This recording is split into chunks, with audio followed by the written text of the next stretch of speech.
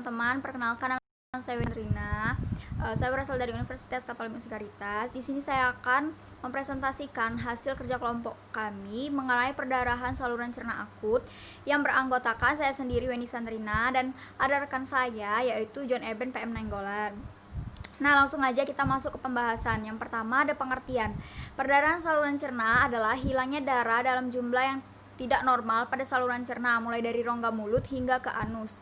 Normalnya, volume darah yang hilang dari saluran cerna sekitar 0,5 sampai 1,5 ml per hari. Klasifikasi dari perdarahan saluran cerna ini ada dua, yaitu saluran cerna atas dan juga saluran cerna bawah. Di mana saluran cerna atas yaitu merupakan perdarahan di atas ligamen Treach di distal duodenum, yaitu pada rongga mulut, esofagus, gaster, dan duodenum. Kemudian pada saluran cerna bawah yaitu merupakan perdarahan di bawah ligamen Treach, yaitu pada usus halus, kolon, rektum, dan juga anus. Ada pula penyebab dari perdarahan saluran cerna ini berdasarkan klasifikasinya, yaitu untuk di saluran cerna atas penyebabnya ada tumor, gastritis erosivia, pecahnya varises esofagus, dan non varises seperti tukak peptik. Kemudian untuk di saluran cerna bawah yaitu ada colitis, di verticular Meckel, terus ada intusubsi, kemudian ada hipertensi portal. Ada pula manifestasi klinis secara umum dan juga berdasarkan klasifikasinya. Untuk secara umum itu ada melena, yaitu tinja berwarna hitam, hematokesia, yaitu darah segar per rektum berwarna merah cerah atau sedikit gelap. Kemudian ada hematemasis, yaitu muntah darah dengan material muntahan berwarna merah terang atau merah gelap, yaitu seperti bubuk kopi. Kemudian untuk berdasarkan klasifikasinya, untuk perdarahan saluran cerna atas ditandai dengan hematemasis, kemudian ada hematokesia, melena, dan juga perdarahan samar. Untuk di klasifikasi selanjutnya yaitu di cerna bagian bawah, yaitu ada ditandai dengan diare berdarah, kemudian ada hematokesia, kemudian ada melena, dan kemudian ada perdarahan samar. Nah, adapun pathway atau perjalanan dari si perdarahan saluran cerna akut ini. Pada perdarahan saluran cerna akut ini dibedakan menjadi dua, ada SCBA dan juga SCBB. Nah, penyebabnya itu kan tadi telah disebutkan, salah satunya ada si varises. Nah, di varises ini terjadi dilatasi vena atau pembengkakan.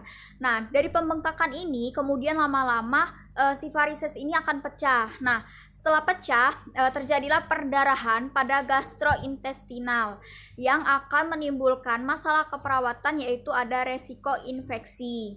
Nah, kemudian dari perdarahan pada gastro ini muncullah kehilangan darah akibat dari perdarahan yang terjadi pada gastrointestinal tadi. Kemudian muncullah pemeriksaan penunjang yang dapat dilakukan, yaitu pemeriksaan HB, HT, dan juga RBC, dan juga endoskopi untuk menentukan di mana letak perdarahan itu terjadi. Selanjutnya yaitu dari kehilangan darah masuk ke tekanan darah menurun. Akibat kehilangan darah yang banyak, tekanan darah menjadi menurun. Kemudian dari tekanan darah menurun tidak ada pemasukan oksigen atau pemasukan oksigen ini berkurang.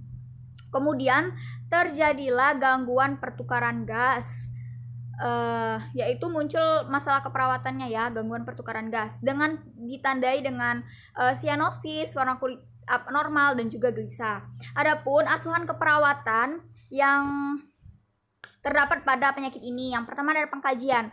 Nah, di pengkajian ini terdiri dari riwayat penyakit dahulu, kemudian ada pemeriksaan fisik, kemudian ada pemeriksaan laboratorium.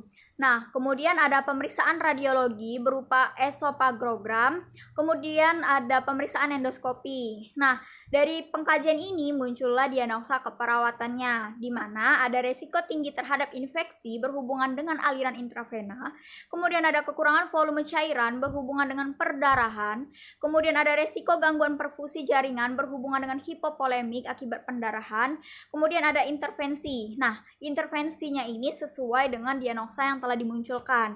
Yang pertama ada resiko tinggi terhadap infeksi berhubungan dengan aliran intravena, di mana yang pertama pantau adanya distensi abdomen, kemudian pertahankan fungsi dan patensi NGT dengan tepat, kemudian atasi mual, kemudian pertahankan selang intravena.